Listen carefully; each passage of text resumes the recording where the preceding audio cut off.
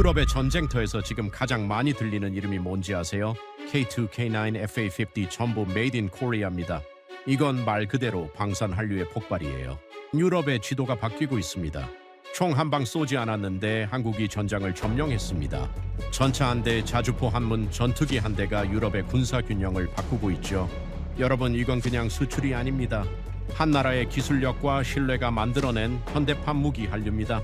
그리고 그 중심엔 한국이 있습니다.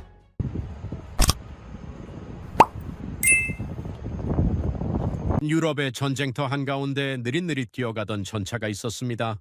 이름은 로파드, 독일의 자존심이었죠.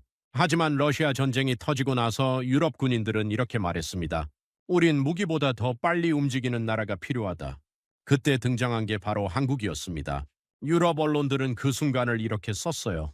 한국은 단 1년 만에 우리가 10년 걸릴 일을 끝냈다. 여러분, 그 한 문장이 유럽의 판도를 바꿔놓았어요. 유럽 사람들은 말하죠.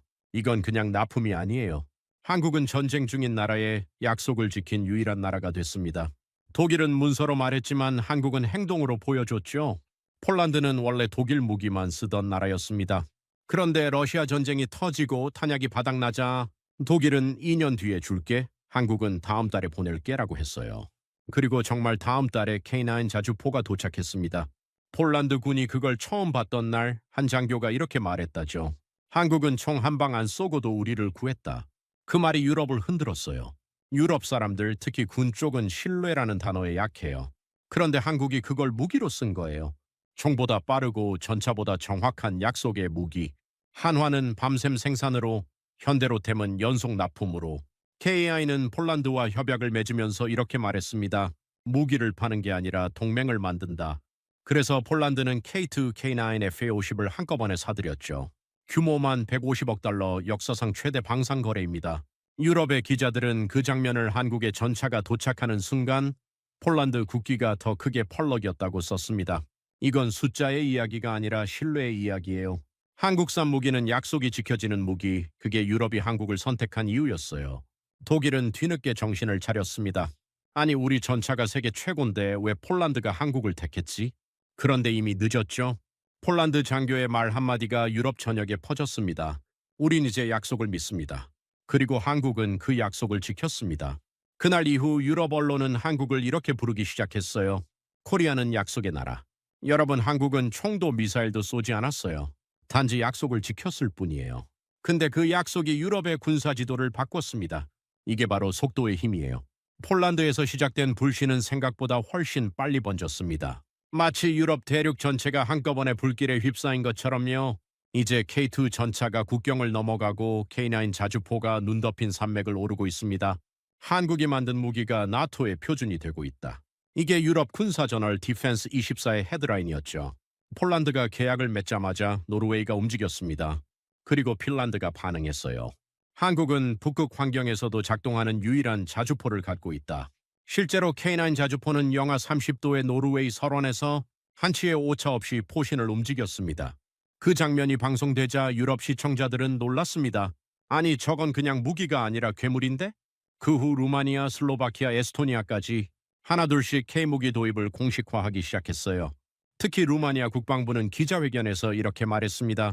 한국의 기술력은 서방의 규격을 완벽히 이해하고 있다. 우리는 그들과 함께 나토의 새로운 표준을 세울 것이다. 이건 단순한 무기 구매가 아니라 유럽이 한국과 함께 군사 시스템을 다시 설계하겠다는 선언이었습니다. 이쯤 되자 유럽 언론의 분위기가 바뀌었어요. 이전까진 한국 무기 수입이라고 썼던 기사들이 이제는 유럽의 재무장, 한국과의 동맹으로 바뀐 거예요. 한마디로 무기 수입이 외교가 된 겁니다. 노르웨이의 국영방송 NRK는 보도에서 이렇게 말했죠. 한국은 군대를 파견하지 않고도 유럽을 지배하고 있다. 그 문장이 전 세계에 퍼졌습니다. 총 한 방 쏘지 않고 강철의 신뢰만으로 유럽의 전장을 점령한 나라. 그게 지금의 한국이에요. 폴란드 수도 바르샤바 근처의 한 기차역에서는 K9 자주포를 실은 화물열차가 지나가자 시민들이 박수를 쳤습니다. 그들은 무기를 본 게 아니라 믿음을 본 겁니다. 전쟁이 언제 끝날지 모르는 시대에 한국의 약속은 희망의 상징이 되었죠. 그 장면을 본 영국 가디언 기자는 이렇게 썼습니다. 한국의 무기는 폭탄보다 조용하고 평화보다 따뜻하다. 그 문장은 조금 시적이었지만 의미는 정확했어요. 한국은 전쟁을 도와주는 나라가 아니라 전쟁을 끝낼 준비를 하는 나라라는 뜻이었죠. 지금 유럽 지도 위를 보면 폴란드에서 노르웨이까지 이어지는 한 줄의 연결선이 있습니다. 그 선을 따라가면 전부 한국 무기의 납품국이에요. 그리고 전문가들은 이 현상을 K-디펜스 도미노라고 부릅니다. 하나가 사면 옆 나라도 사고 또 그 옆 나라가 따라 사는 연쇄 현상. 예전엔 독일이 그 중심이었지만 이제 그 자리를 한국이 차지했습니다. 더 놀라운 건 이건 단순한 경제 효과가 아니라 국가 이미지 자체가 상승하는 사건이라는 거예요. 유럽 사람들은 이제 메이드 인 코리아를 볼 때 휴대폰이나 자동차보다 먼저 무기를 떠올립니다. 그만큼 신뢰의 상징이 됐다는 거죠. 그리고 이 변화의 중심엔 한국 기업들이 있습니다. 한화, 현대로템, KA 이 세 이름이 유럽 신문 일면에 등장할 줄 10년 전에는 아무도 몰랐을 겁니다. 그런데 지금은 영국, 프랑스, 독일 언론이 한국 기업이 유럽 방산의 균형을 다시 세웠다고 말하죠. 이건 단순한 산업이 아닙니다. 역사적인 전환점이에요. 지금의 K무기 열풍은 전쟁을 막기 위한 무기의 수출이라는 점에서 그 어떤 국가보다 윤리적이고 철학적인 의미를 갖고 있습니다. 이쯤에서 유럽의 한 군사 전문가는 이렇게 말했어요. 우린 지금 한국에게 무기를 배우는 게 아니라 시스템을 배우고 있다. 그게 바로 한국의 진짜 힘이에요. 유럽이 한국을 바라보는 눈빛엔 이제 경의와 부러움이 섞여 있습니다. 예전엔 기술의 동쪽이라 불렸던 나라, 이제는 신뢰의 중심이 된 나라. 그게 바로 대한민국이에요. 폴란드 기차역을 지나던 K9의 쇳빛 소리가 아직 귀에 남아있을 때 저는 한 가지를 더 보았습니다. 왜 유럽이 한국을 선택했는지의 마지막 조각, 바로 철학이었죠. 한국 방산의 공장문을 열어보면 거기엔 단순히 강철과 기름 냄새만 있는 게 아닙니다. 싸우지 않기 위해 준비한다는 태도, 쓰일수록 더 안전해야 한다는 집요함, 그리고 무기는 혼자 움직이지 않는다. 사람과 시스템이 함께 움직인다는 믿음이 흐릅니다. 그러니 유럽이 구매한 건 금속 덩어리가 아니라 운영 방식, 유지 보수, 교육, 공급망, 그리고 약속을 제도화한 하나의 평화 기술이었습니다. 폴란드에 갔을 때 K9 자주포가 지나가는데 와, 그 소리 있잖아요. 쇠소리가 아니라 거의 신뢰의 메트로놈이더라고요. 이건 그냥 전차가 아니라 약속이 움직인다는 느낌이었어요. 유럽 애들이 왜 한국 무기에 그렇게 환장했는지 그제야 알겠더라고요. 강한 게 아니라 믿을 수 있어서 산다. 이 말이 진짜죠. 독일 전차 느려. 프랑스 거 비싸. 근데 한국 빠르고 정확하고 그리고 제 시간에 와요. 유럽 사람들 입장에선 이게 충격인 겁니다. 전쟁 중인데 약속을 지키는 나라가 있다는 게 그게 바로 한국이었거든요. 유럽의 군인들이 처음 한국 장비를 받았을 때 가장 먼저 놀란 건 설명서의 두께였습니다. 운용 매뉴얼이라 쓰여 있었지만 읽다 보면 그건 사실 안전 철학에 가까웠죠. 고장이 나면 어디로 연락하고 몇 분 안에 어떤 부품이 도착하며 교체는 몇 단계로 끝나는지, 그리고 그 사이에 병력은 어떤 대체 운용을 하면 되는지까지 전부 시간표처럼 정렬되어 있습니다. 유럽은 그동안 수십 년간 최고 성능을 택해왔지만 전쟁이 터지고 깨달았습니다. 최고는 빠르게 오지 않고 빠르게 오지 않는 최고는 때로 무용지물이라는 사실을요. 그래서 그들은 한국식의 빠른 최고를 선택했습니다. 이건 숫자의 문제가 아니라 사고방식의 변화였어요. 한국 기업들은 계약 테이블에서 가격과 대수만 말하지 않습니다. 현지 생산 비율은 어느 정도로 할까요? 부품 창고를 국경 어디에 둘까요? 엔지니어를 몇 주기로 순환 배치할까요? 기술 교육을 군 사관학교 커리큘럼에 통합할까요? 같은 질문이 먼저 나갑니다. 그래서 폴란드의 생산 라인에서 올라오는 K2는 어느 순간 폴란드의 K2가 되고 북유럽의 설원에서 작동하는 K9은 노르딕의 K9이 됩니다. 한국식 방사는 팔고 떠나는 방식이 아니라 붙어있고 키우는 방식입니다. 유럽이 마음을 연 건 바로 이 지점이었죠. 우리의 무기가 된다, 소유감과 주권감, 그리고 자립의 통로가 열립니다.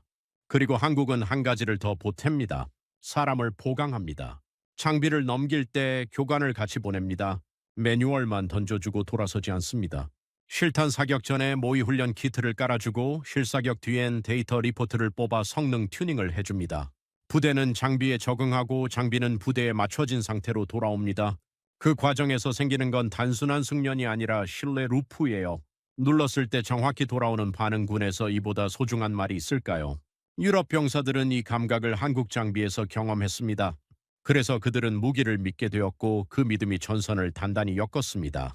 윤리성의 질문도 빠질 수 없습니다. 무기 수출이 평화에 무슨 도움이 되나? 한국식 대답은 단호합니다. 억지력, 상호 운용, 투명한 절차, 그리고 민주주의 동맹망의 표준화, 한국 장비가 들어가면 그 지역에는 보고 체계와 점검 규격, 탄약과 통신의 공통 표준이 깔립니다. 표준이 깔린다는 건 오발과 오해, 오판의 가능성이 줄어든다는 뜻이고 그만큼 군사적 긴장은 관리 가능한 선으로 내려옵니다. 유럽이 바란 건 바로 이런 관리 가능한 강함이었습니다. 더 크게 더 멀리 쏘는 힘이 아니라 더 정확히 더 책임있게 운용되는 힘. 한국은 그 힘을 제공했고 유럽은 그 힘으로 질서를 회복하기 시작했죠. 현장에서 만난 한 정비 병사가 이렇게 말했습니다. 우린 이제 전투가 아니라 유지보수 시간표를 먼저 본다. 겉으로 보면 농담 같지만 그건 전쟁이 아닌 일상으로의 복귀 선언입니다. 정비가 예측 가능하다는 건 부대의 일과표가 정상화되었다는 뜻이고 정상화된 일과는 군대와 시민의 거리, 군대와 경제의 거리를 다시 좁힙니다. 평화는 거창한 선언이 아니라 이런 사소한 예측 가능성들로 쌓입니다. 한국의 평화 기술은 그 예측 가능성을 팔고 있습니다. 다음 주에도 다음 달에도 내년에도 같은 시간에 같은 부품이 도착할 것이다. 유럽이 산 건 바로 그 미래형 문장입니다. 한국이 제안한 상호 운용 철학도 유럽의 마음을 사로잡았습니다. 새로운 무기가 들어와도 기존 장비와 대화하게 만드는 것. 통신 링크, 표준 탄약, 데이터 포맷, 훈련 체계가 서로 연결되면 국경을 넘는 합동 훈련은 훨씬 덜 복잡해집니다. 국경선에 도열한 부대들이 같은 언어로 레이더를 읽고 같은 신호로 사격 통제를 받으며 같은 포맷으로 기록을 남깁니다. 더 강한 누군가가 들어와 주도권을 빼앗는 게 아니라 모두가 같은 악보를 받는 방식입니다. 그래서 유럽은 음악처럼 움직이기 시작했고 그 오케스트라의 악보에는 한국의 표기가 적혔습니다. 도덕적 해상도 이것도 한국이 신경 쓰는 단어입니다. 어디에 얼마를 팔고 어떤 점검을 하고 어떤 리스크가 생기면 어떤 식으로 회수할 것인지 유럽의 시민들이 가장 민감하게 보는 투명성의 항목들을 한국은 처음부터 계약에 박습니다. 그래서 공청회가 열릴 때마다 한국의 제안서는 시민단체의 질문에 먼저 답해 있는 문서가 됩니다. 왜 하필 한국인가라는 질문 앞에서 장군이 아니라 회계사가 먼저 고개를 끄덕이는 장면.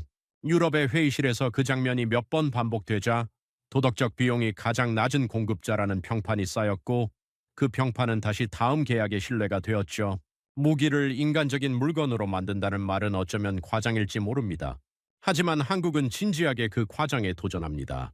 조종사가 타는 순간의 체감, 포수가 조작하는 패널의 직관성, 추위와 더위에서의 버튼 감도, 장갑판의 현장 교체 난이도, 그리고 훈련생이 첫날부터 쓸 수 있는 시뮬레이터의 친절함까지 사람이 먼저라는 말을 실제 설계에 끌고 들어온 덕에 유럽은 한국 무기에서 사용자 경험이라는 낯선 안심을 얻었습니다.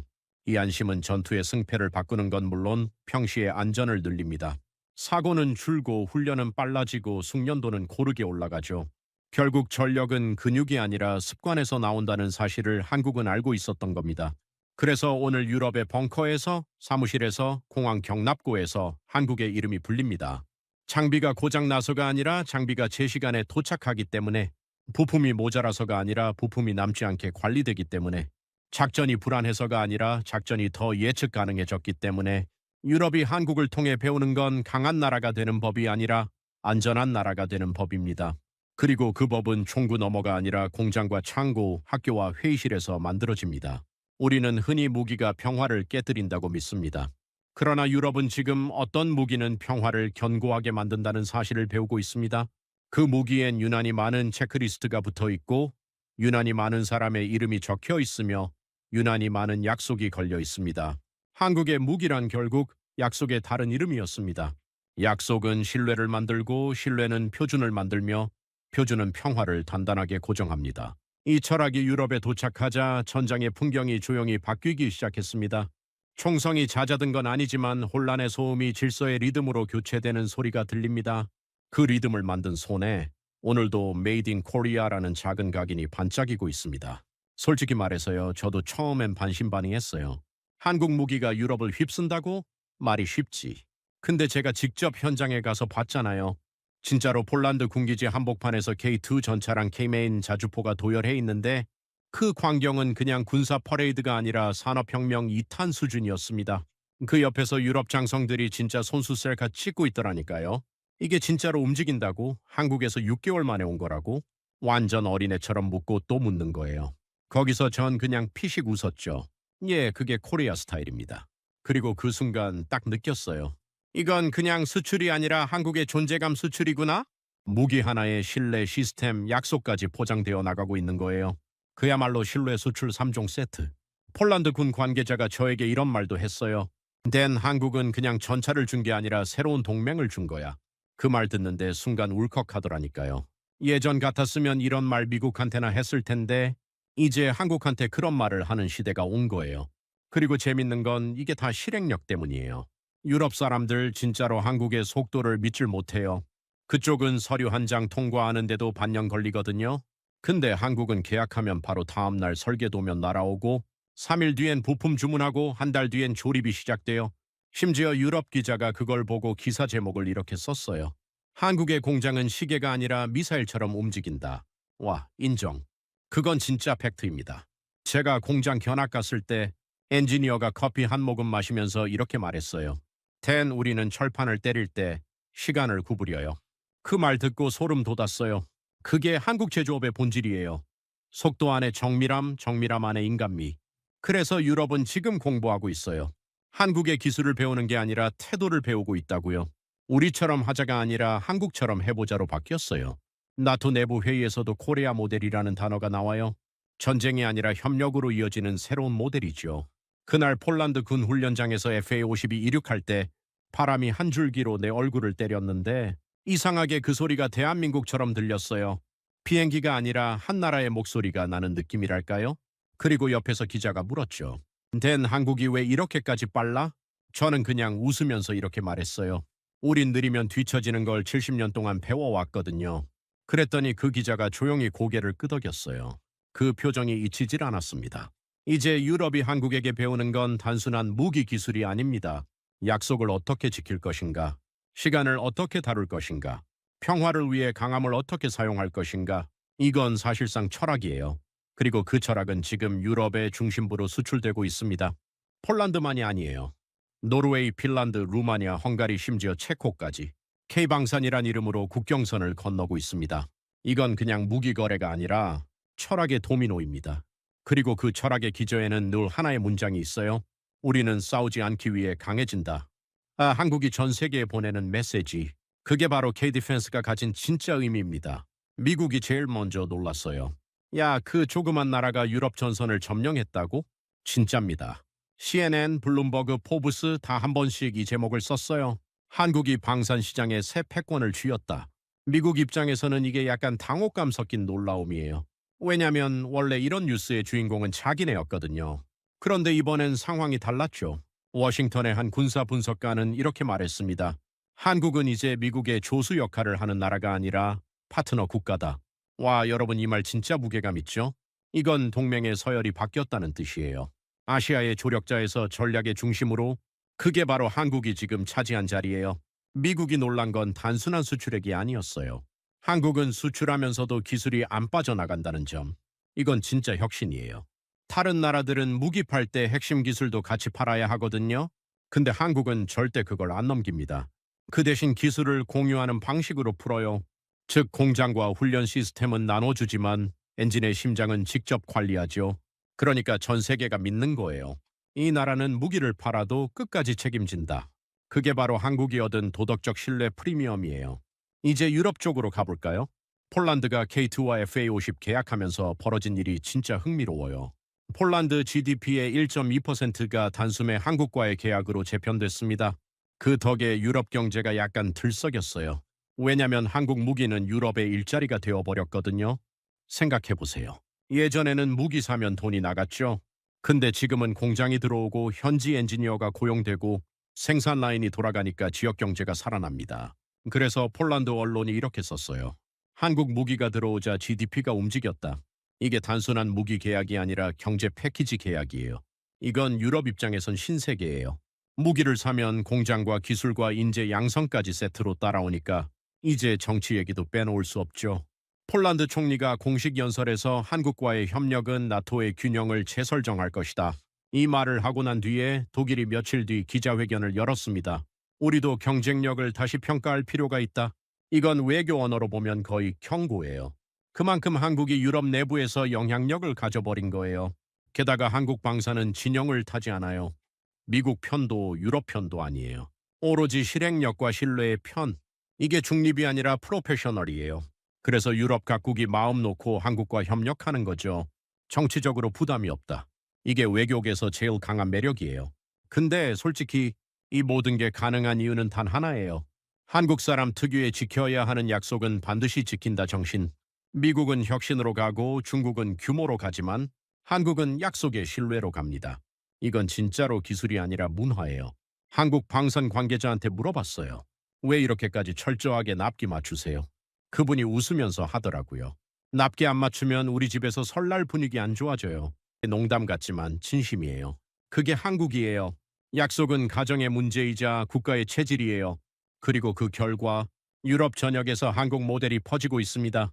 심지어 미국의 국방경제학자들이 K-Defense 모델이라는 용어를 공식 논문에 써요.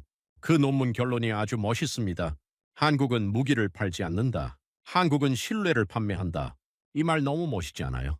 저 댄리 이 문장 프린트해서 벽에 붙여놨습니다. 이건 단순히 무기 얘기가 아니라 국가 브랜드가 어떻게 신뢰로 돈이 되는가의 이야기예요. 한국은 지금 그 공식을 완성한 나라입니다. 수출로 경제를 벌고 신뢰로 외교를 벌고 기술로 시간을 법니다. 유럽의 한 해설자가 그랬어요. 한국은 이제 전장을 움직이는 나라가 아니라 세계의 시계를 다시 맞추는 나라다. 와, 이거 진짜 찌릿하지 않아요? 시간을 다시 맞춘다. 그건 결국 한국이 미래를 앞당기고 있다는 뜻이거든요. 솔직히 말해서 나 델리 이번에 유럽 현지 다니면서 제일 많이 들은 말이 이거였어요. 왜 한국은 뭐든 만들면 다 잘 되냐? 진짜예요. 자동차도 잘 만들고 반도체는 말할 것도 없고 이제는 전차, 자주포, 전투기까지 잘 만들어서 팔아치우니 유럽 사람들이 약간 혼란스러워 하더라니까요. 쟤네는 무슨 공장에서 꿈을 찍어내나 봐. 이럽니다. 근데 진짜 신기한 게 그 말이 틀린 게 아니에요. 한국 기술이 지금 무기를 넘어서 에너지 로봇 우주 산업으로 뻗어나가고 있습니다.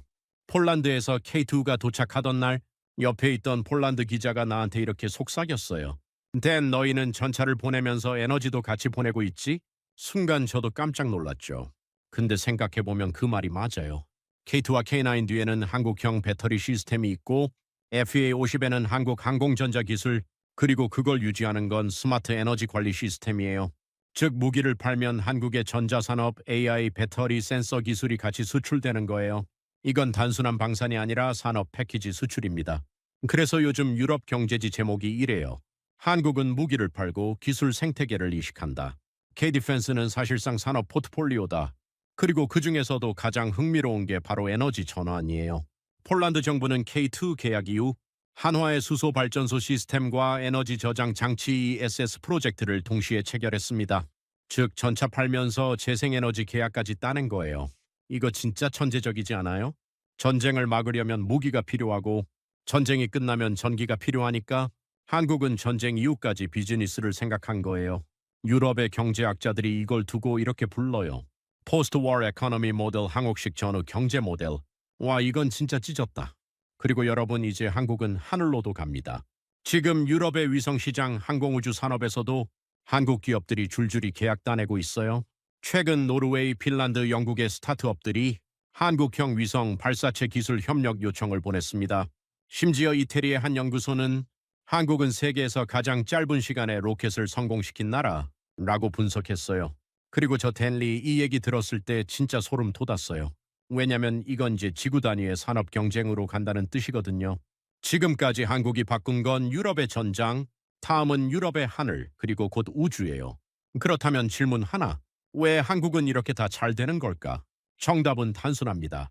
같은 기술을 다른 분야에 반복해서 쓰기 때문이에요. 전차의 내구 기술이 자동차로 가고, 차주포의 제어 시스템이 배터리 공장으로 가고, 전투기의 통신 기술이 위성으로 갑니다. 이게 바로 K융합이에요. 미국은 분야별로 나누지만 한국은 한 기술을 끝까지 돌렸습니다. 그래서 유럽 사람들이 감탄하는 거예요. 한국은 기술을 만들지 않는다, 기술을 재활용한다. 이게 바로 한국의 숨은 경쟁력입니다. 그리고 이게 단순한 산업 얘기가 아니라 국가 전략으로 이어지고 있어요. 유럽의 에너지 위기, 우크라이나 전쟁, 공급망 붕괴, 이 모든 걸 한 문장으로 해결한 나라가 한국이에요. 우리가 직접 만들면 되지. 그래서 지금 한화, 현대, KAI, 두산, 삼성 이 다섯 이름이 유럽 뉴스에 동시에 등장합니다. 이건 그냥 기업 이름이 아니라 한국의 다섯 개 팔이에요. 지상, 해상, 공중, 에너지, 우주 모든 걸 커버하는 국가 브랜드입니다. 유럽의 젊은 세대가 한국에 대해 이렇게 말했어요. 그들은 단순히 제품을 팔지 않는다. 그들은 시스템을 가져온다. 이게 바로 지금 유럽을 뒤흔드는 이유예요. K-디펜스로 시작된 신뢰가 이제는 K-테크놀로지, K-에너지, K-스페이스로 번지고 있습니다. 폴란드의 신문 일면엔 이런 문장이 실렸어요. 한국은 유럽의 하늘을 새로 그리고 있다. 그리고 그 밑에는 작은 부제. 이제 한국의 기술이 우리 미래를 정렬한다. 그날 밤 바르샤바 공항 활주로를 걸으면서 FA-50의 꼬리 날개에 비친 조명을 봤어요. 그 아래 작은 태극기 마크가 있었죠. 그거 보는데 묘하게 이 문장이 떠올랐어요. 우린 이제 국경이 아니라 신뢰로 연결되는 시대에 살고 있다. 그리고 그 신뢰의 중심엔 변함없이 한국이 있습니다. 총 대신 신뢰를 수출한 나라, 그 이름은 한국. 이제 솔직히 말할게요. 저 델리 한국계 미국인으로 살아오면서 늘 두 가지 질문을 들었어요. 너는 미국 사람이야, 한국 사람이야? 그럴 때마다 늘 웃으면서 대답했죠. 둘 다예요? 근데 자랑스러운 건 한국이에요. 왜냐고요? 그 대답의 이유가 지금 유럽 하늘 아래에서 증명되고 있으니까요. 폴란드 들판에서, 노르웨이 설원에서, 루마니아의 훈련장에서 저는 똑같은 문장을 들었어요. 한국은 약속을 지킨다. 그 말은 단순한 칭찬이 아니라 유럽의 체념을 녹인 문장이었습니다. 수십 년 동안 유럽은 느린 변화에 지쳐 있었어요. 거대하지만 둔한 시스템, 복잡한 절차, 그리고 끝없는 회의. 그런데 한국이 나타났습니다. 계약했죠? 그럼 내일 움직이죠. 그게 한국이었어요. 말보다 행동이 빠르고 계산보다 진심이 앞선 나라. 그 순간 유럽은 깨달았어요. 세계를 바꾸는 건 총의 개수가 아니라 신뢰의 속도라는 걸요. 이제 유럽 사람들은 메드 인 코리아를 볼 때 싸다가 아니라 믿을 만하다고 말합니다. K-팝, K-드라마, K-뷰티를 지나 이제는 K-디펜스, K-테크, K-트러스트, 신뢰 한류의 시대가 온 거예요. 이건 그저 기술력으로 이룬 성취가 아닙니다. 한국인 특유의 끝까지 해내는 DNA가 만든 결과예요. 태풍이 와도 전력난이 와도 전쟁이 터져도 그들은 멈추지 않았어요. 전선을 넘는 건 탱크가 아니라 믿음이었습니다. 제가 폴란드 기차역에서 K9 자주포를 봤을 때 그 쇠소리보다 더 크게 울리던 게 있었어요. 그건 엔진이 아니라 사람의 의지였어요. 그 안에는 한국 엔지니어의 손, 용접공의 땀, 그리고 한 줄 한 줄 계약서를 보던 관리자의 눈빛이 담겨 있었어요. 그게 바로 국가의 품격이더라고요. 그리고 그 품격은 총보다 무겁고 돈보다 오래 갑니다. 총은 녹슬지만 신뢰는 남아요. 그 신뢰가 바로 한국의 무기이자 한국의 언어예요. 미국의 한 해설자가 저에게 그랬어요. 댄 한국은 이제 전장을 점령하는 게 아니라 마음을 점령하는 나라야. 그 말 듣고 저도 모르게 웃었습니다. 그래요, 이건 전쟁이 아니라 설득이에요. 힘이 아니라 신뢰로 세상을 움직이는 설득. 이제 한국의 무기는 단순히 적을 막는 도구가 아닙니다. 혼란을 막고 질서를 세우고 희망을 지키는 평화의 도구가 되었어요. FA-50이 하늘을 날고 K2가 땅을 달리고 K9이 하늘을 울릴 때마다 그 밑에는 하나의 문장이 깔려 있습니다. 우리는 싸우기 위해 강해진 게 아니다. 지키기 위해 강해졌다. 폴란드 대통령은 이렇게 말했어요. 우리는 한국으로부터 무기만이 아니라 평화를 만드는 법을 배웠다. 그 말을 듣는데 그동안 쏟아졌던 모든 장면들이 한 번에 스쳐갔어요. 전차, 공장, 훈련장, 그리고 그 뒤에서 웃고 있던 한국 기술자들의 얼굴들. 그들의 손이 만든 건 단순한 금속이 아니라 사람들의 신뢰였습니다. 이제 유럽의 시간표에는 한국의 시계가 들어가 있습니다. 정확히 돌아가고 멈추지 않고 약속한 시각에 도착하는 시계. 그게 바로 지금 유럽이 믿고 있는 한국이에요. 세상은 아직 혼란스럽고 총성이 멋지 않았지만 그래도 누군가는 질서를 세워야 하잖아요. 한국은 그 질서를 세우는 나라가 되었어요. 이제 저는 묻고 싶어요. 우린 언제부터 이렇게 멋진 나라가 되었을까요? 아마 정답은 이거겠죠. 한국은 한 번도 남의 도움만으로 살아온 적이 없었어요. 항상 쓰러지고 다시 일어났고 지금은 세계를 일으키고 있습니다. 총 대신 신뢰를, 전쟁 대신 약속을, 그걸 수출하는 나라. 그 이름은 대한민국입니다. 지금 이 순간에도 유럽의 공장 어딘가에서 한국의 기술자들이 새로운 약속을 만들고 있습니다. 우린 싸우지 않기 위해 강해졌고 세상을 바꾸기 위해 움직이고 있습니다. 이게 바로 메이드 인 코리아입니다. 오늘도 영상을 시청해 주셔서 감사합니다.